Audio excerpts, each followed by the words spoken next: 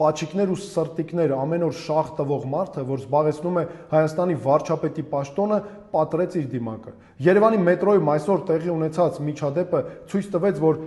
սա է նրա իրական դեմքը։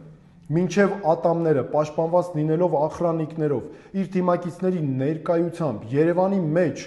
գոռում է հայ կնոջ վրա, գոռում է հայ մոր վրա նրա երեխայի ներկայությամբ, փորձում է նվաստացնել հայ կնոջը, նվաստացնել հայ մորը ու նրա երեխային, հետո էլ ասում են տղամարդկություն, այսինքն ուր է այստեղ տղամարդկություն, որ գնում է Ալիևի մոտ, ժպտում է, սուրճ է առաջարկում, սուրճ է հյուրասիրում, կուրկուրի ձակ է դառնում, Ալիևի 10 ովշիկն է դառնում, շատ լավ պատվով էլ կատարում է այդ դերը, հետո հետ է գալիս երկիր, ներսում առյուծ է կտրում։ Փոխանակ պայքարի Ալիևի տարածած ատելության դեմ ավելի մեծ ջանքով է տարածում այդ ատելությունը։ Այս միջադեպը եւս մեկ անգամ ցույց է տալիս, որ այդ սրտիկներն ու պաչիկները հորինվել են հանուն պաշտոնի, որ դրանք կեղծիք են, որ դրանք արվել են օգուտ ստանալու համար։ Ճիշտ են ասում, որ բնավորությունն է որոշում ճակատագիրը, որ այս արտաքին խաբեությունները